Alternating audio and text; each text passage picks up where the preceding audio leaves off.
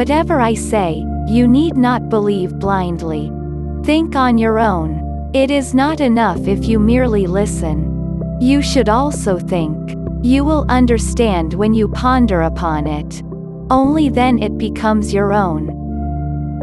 Stop considering yourselves good or bad and try to earn self-knowledge. The truth that exists in my heart exists in your heart too. So make a little effort from your end. As the truth in my heart got revealed to me, the truth within your heart will reveal itself to you too. You exist either as the body or mind, or ego. Existence is inevitable, therefore exist as the self. Every person works with ego sense.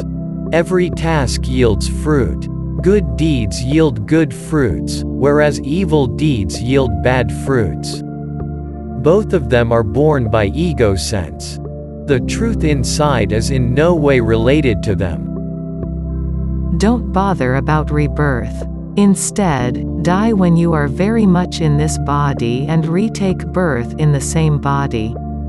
You will then attain jnana. Irrespective of the path of yoga adopted, try to focus on transcending the ego.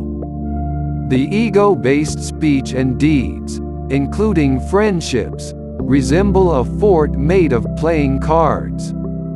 They are not permanent. They will collapse when the wind blows. Don't offer resistance to your mind.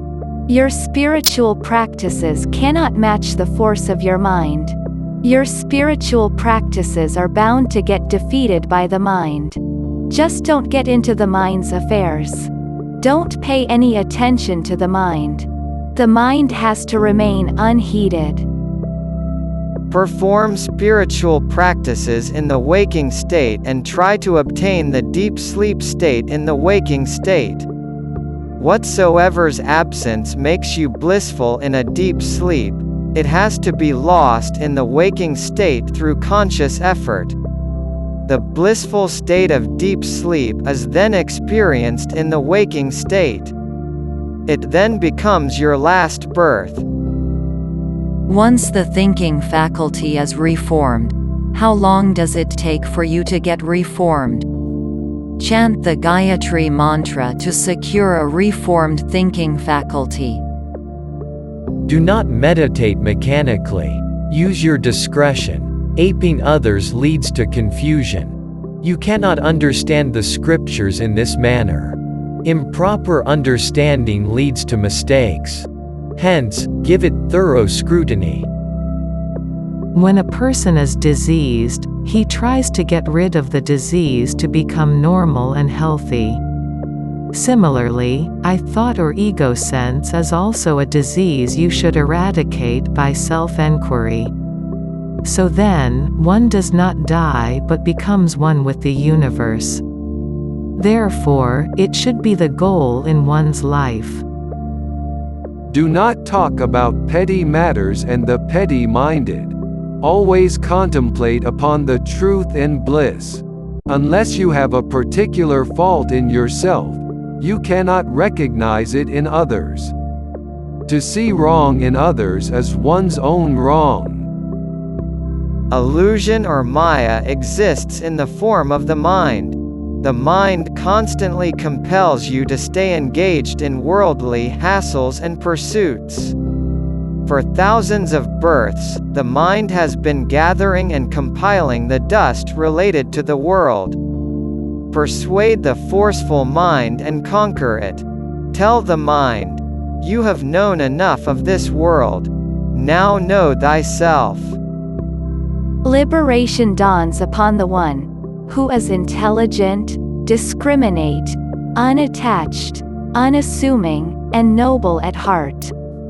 Such a person need not seek enlightenment. He has crossed the limitations of the good and the bad. He works without entanglement, as there is an absence of doership. Give up your thoughts. Then you need not give up anything externally. Learn to live without fear. Fear brings misery and unhappiness. Fear as petty and inferior. The awareness of the body is absent in sleep and death. One fears death but not sleep. The reason is that body is available when one wakes up after sleep but not after death. The spiritual practices cannot progress in sleep as well as after death. One has to wait for the new body to continue the spiritual practices. Hence, realize the value of time and utilize it properly. Asanas or body postures are needed for yoga practitioners. However, for the ones who are in the process of inquiry, Sukhasana is sufficient. Sukhasana does not mean restricting the position of legs and hands but taming the wild mind and retaining it in the heart. The unlimited bliss in the heart stops the forceful flow of the mind and destroys it. Leave aside whether God realization will be achieved or not. If your mind doesn't possess good qualities, you will not even get the thought of securing God realization.